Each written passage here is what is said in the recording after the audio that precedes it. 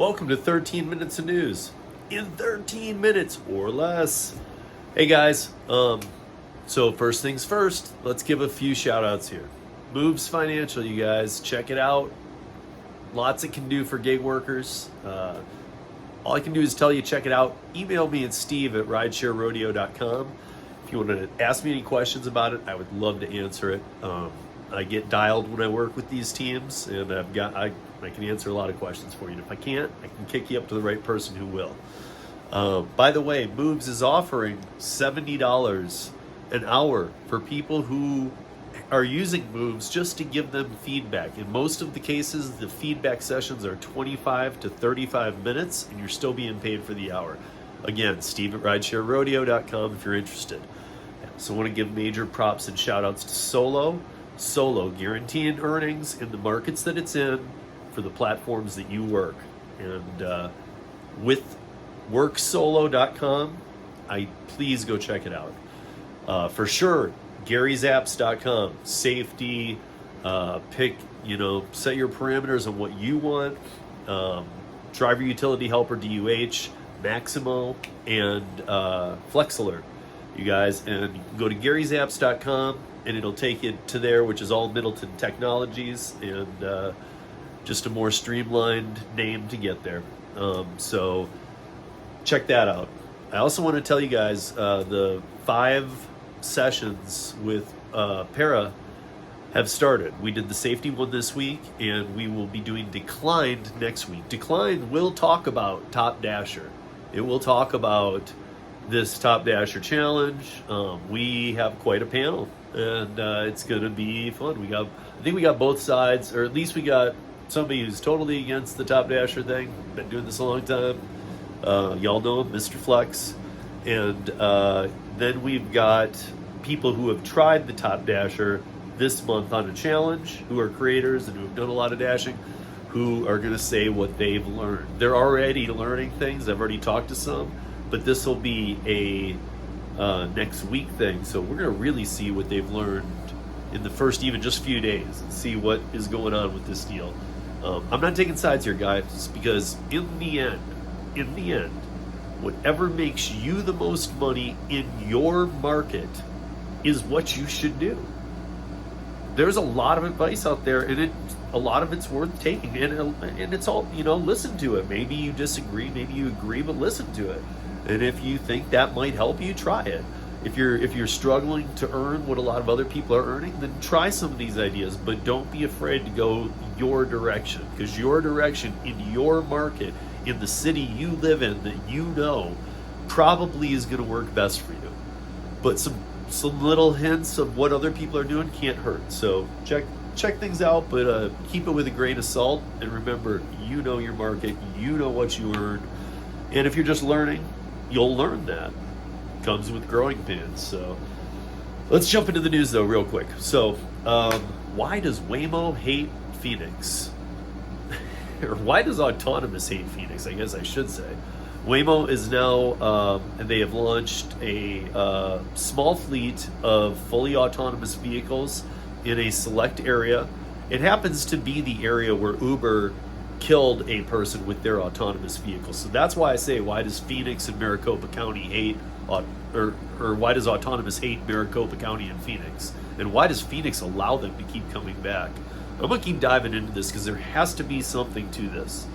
All I've come up with so far is that it's a desert. It doesn't have a lot of the weather problems and constraints that a lot of other cities do, but there's other desert cities that would work as well. So I'm very interested to know why Phoenix is the autonomous destination for these death traps as they stand right now. Tesla is offering, or is about to launch full self-driving autonomous vehicles that will still need a driver in them, but to work on the Uber fleet in the Chicago metro area. Now this seems crazy to me, because you talk about Phoenix that has nice weather, no snow, no rain, things the LiDAR can't operate under. Now you're going to go to Chicago, which has absolutely some of the craziest weather in the country. And I know it's Tesla, but I don't know. The other thing I question you guys is if you do get selected for this program, and obviously they're going to walk through with you how your insurance will work, what they're doing. I would, especially being in the Chicago area, I would take that contract down to, I wouldn't just call. I always recommend these guys if you need legal background or if you need some legal help or advice, but I would take it down to the legal rideshare office in Chicago and have them dissect that, what you're signing, because you don't want to end up like the Uber driver that is getting their life destroyed by working behind the wheel of an autonomous vehicle that killed somebody, and Uber's leaving them out to dry. Now, would Tesla do that? My guess is yes. I'm just going to say that's why they're teaming up with rideshare. They're going to somehow they're going to put it on Uber. Uber's going to put it on the driver, and that's that.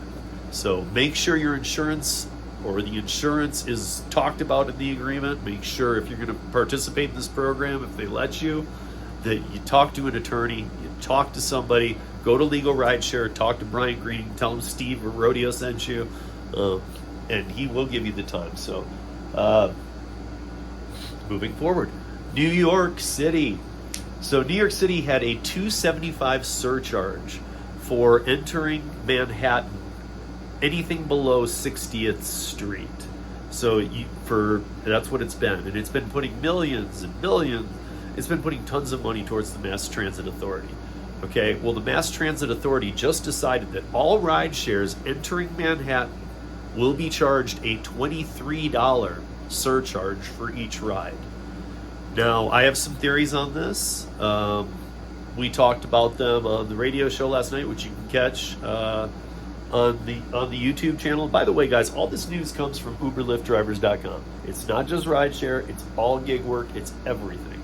So UberLiftDrivers.com, you can find all this, and that's all you'll find is stuff related to our industry for 6 years now. There's 3,600 or 3,700 articles on here. They're all gig related. So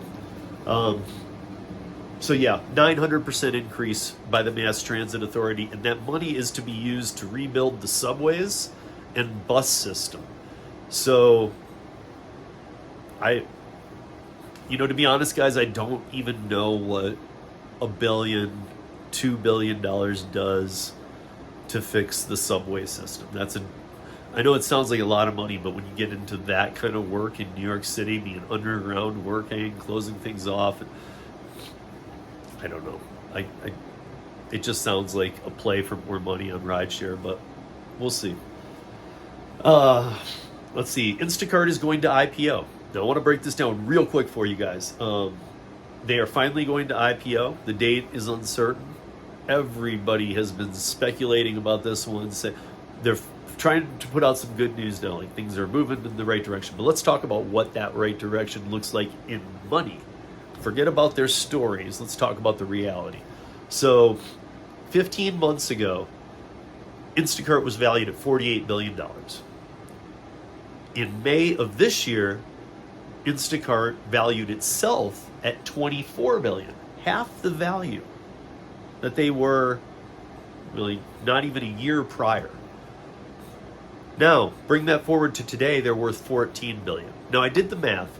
$48 billion to $14 billion means they're losing about 3.1% or about $3.1 billion of their value per month, meaning the $14 billion that they say they're worth now, if they keep at the rate of losing 3.1 billion per month, they won't make it another 5 months without an IPO.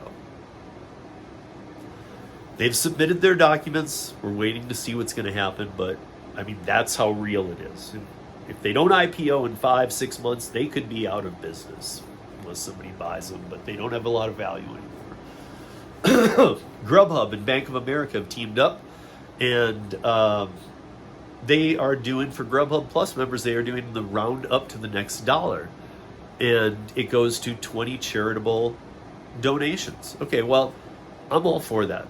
Last year, in 2021, that raised $25 million, and it went to 20 charitable foundations.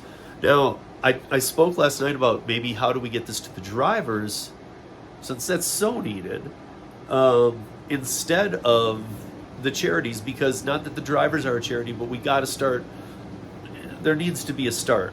So what would happen there? We talked about it last night. It would give everybody like 10 cents in a check, just kind of like a class action lawsuit that finally gets settled, and you've been in it for 10 years and you get a check for like 11 cents. It really is that ridiculous. So my thought is all the gig companies should be doing something like this, allowing people to round up and let the people know that it's for the drivers. So therefore, these charitable foundation donations would just be passed along to the drivers, so they still would be write-offs for the company. No harm, no foul. However, they could go to an insurance company and say, here's $25 million.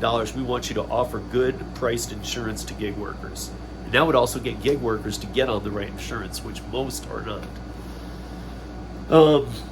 Spark drivers, here's my plug. You guys keep on working Spark as much as you can, okay? Their contract with DoorDash is over, and they have bought DDI. Expect that by the new year, after the holidays, expect Spark to pay what the other gigs pay. This Spark pay is gone. It's going to be gone. There's already signs of this in a lot of markets. I talk to people every day. Some markets are still killing it, dude, and I think they're trying to keep that through the holiday. They want to keep that buzz going. And then in January, which a lot of us agree, is the worst month of the year, after New Year's Day till the end of January, if you could vacation 1 month a year as a gig worker, it should be January. It's the deadest month. It always is. Just know that. Lyft is being sued by 17 drivers and riders. So I'm bringing this for sexual assault, misconduct, all this kind of stuff. So you guys, how is Lyft going to survive? I have no idea.